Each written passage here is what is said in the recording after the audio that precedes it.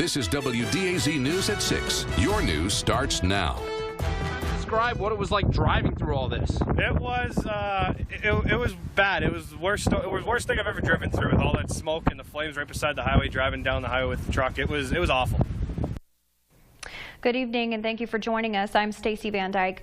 Breaking news tonight on multiple wildfires burning in our region right now. One of those wildfires caused a multi-car pileup on I-29, shutting down the interstate from just north of Grand Forks to the Canadian border due to blackout conditions. Several patients were transported to Altru Hospital. We have since learned a portion of I-29 has reopened.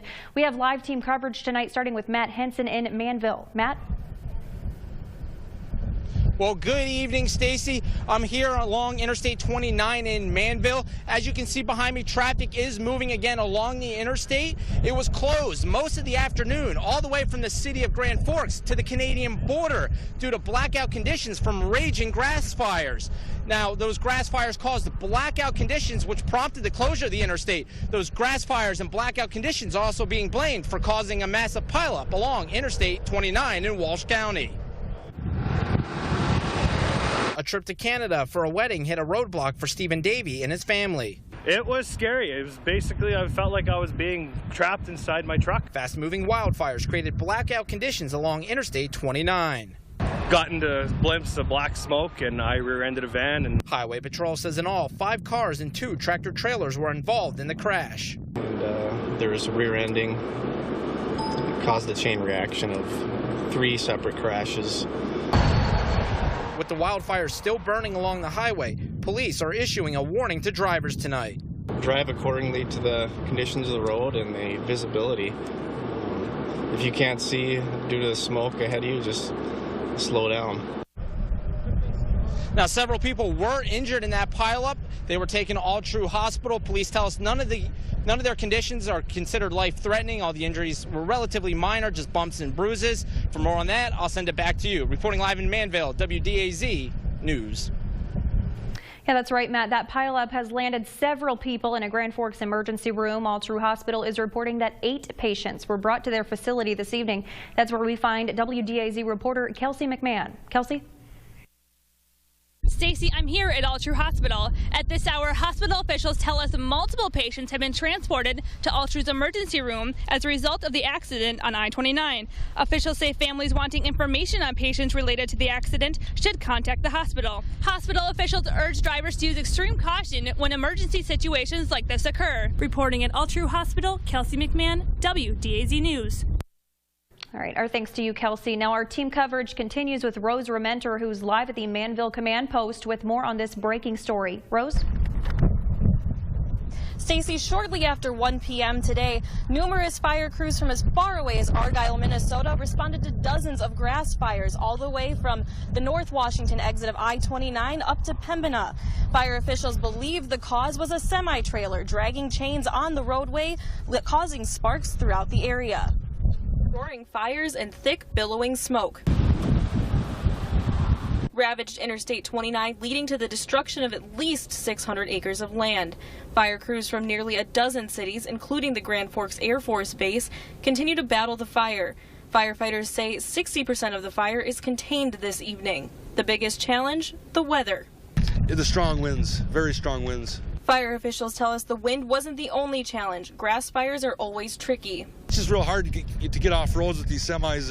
The Grand Forks County Emergency Management had helicopters loaded with water on standby. As fast as this fire was spreading, I mean, we were losing the battle, and then we got enough fire departments here to be able to finally get ahead of it, get it contained. The smoke and fast-spreading flames jumped the interstate, forcing Highway Patrol to close I-29 from the Canadian border to the North Washington exit. They did decide to shut the interstate down just for people's safety. Fire crews say it was about 2 hours into the battle before they felt they had the blazes under control.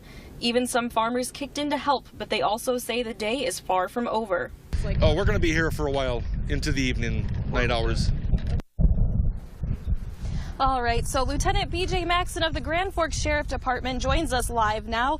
Mr. Maxson, tell us about any of the injuries caused, or were any houses damaged from any of the fires? Well, fortunately, there was no injuries done to any of the firefighters, any of the residents, and there was no structures lost in this at all. Great. And what about the driver of the semi? What do you know of that? The driver was stopped in the Grand Forks area by the Highway Patrol, and they're dealing with him. I believe they took his truck for further inspection. Great, so that's under investigation then? That's correct. All right, and what about the Red Cross? We know that they came out here to help, so what's their involvement with this? The Red Cross is here to support the firefighters, bringing water, sandwiches, snacks, stuff like that, just to get them the fuel to keep them going. Great. Thank you so much, Mr. Maxon. The fire officials here tell us now that 80% of the fires are contained. We will have more on this for you coming up tonight at 10. Reporting live, Rose Rementer, WDAZ News. All right, thank you, Rose. And firefighters are fighting multiple fires on the Spirit Lake Nation this evening as well. That's where we catch up with WDAZ's Adam Ladwig. Adam? Thanks, Stacy. Multiple fires have broken out in St. Michael in the Spirit Lake Nation this afternoon, threatening homes and leaving nothing but billowing smoke and charred grass as far as the eye can see. Fires are burning on both sides of the highway leading into St. Michael. Housing areas are now charred. Housing officials on the reservation say no homes have burned down, but several have visible fire damage.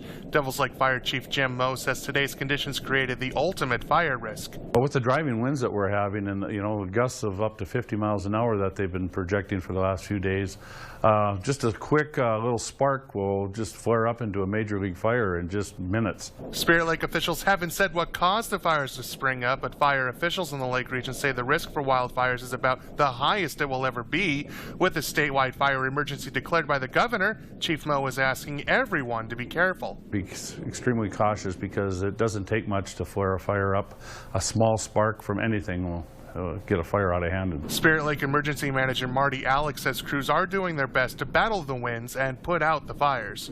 Firefighters have been circling the area monitoring the situation all afternoon, but they can't be everywhere at once, and some areas with open flames are being left unsupervised. In St. Michael, Adam Ladwig, WDAZ News. Adam, our thanks to you. And WDAZ has also learned wildfires have now spread to Minnesota. Sergeant Jesse Graybo with Highway Patrol says a grass fire and smoke are creating low visibility near the towns of Gully and Gonvick, just east of Crookston and north of Austin. Graybo says multiple crews are battling the fire. We will continue to keep you updated from the WDAZ newsroom as more information becomes available. In case you missed the top of our newscast, raging grass fires in the area have led to low visibility and a multiple vehicle accident on I-29. WDAZ's Matt Hansen is live in Manville with the latest. Matt? Well, good evening, Stacy. It's certainly been a busy day for firefighters in Grand Forks and Walsh counties battling numerous grass fires, mainly along Interstate 29. The interstate was actually closed in both directions for several hours this afternoon from the city of Grand Forks up to the Canadian border. As you mentioned, there was also a massive pileup. 7 cars were involved in that. We're told that a few people were taken to the hospital, but none of their injuries are considered life-threatening. And now we're joined by Manville Fire Chief Stephen Schumer, who's going to tell us a little bit more about the firefighting efforts looking forward into tonight. Chief, thank you for taking some time to join us. We know you've been busy. What is the situation right now? Right now we're at about 95% contained of the fires right now that are in the Grand Forks County in our fire district, so we're pretty happy about that right now. And looking forward into tonight, tomorrow, is there a concern of rekindling or more fire danger? Yeah, it'll be a watch over the next 24 hours of it, especially if the winds stay strong. You can pour as much water on wood as you want to, and the wood will sit and will smolder for a long time. Right, so right now it's kind of a watch and see. Are you going to have extra crews on standby tonight just to react, to kind of avoid what happened earlier today? Yes, we will. We'll be watching it overnight, keeping an eye on it, so nothing does reflame up and we get into a serious situation again. Now, I know additional resources around the capital of Bismarck. They've had the National Guard help them. Are you calling in any additional resources? At this time, no, we are not. No, we've got our mutual aid that we've responded with and that are here, so we're pretty well set right now.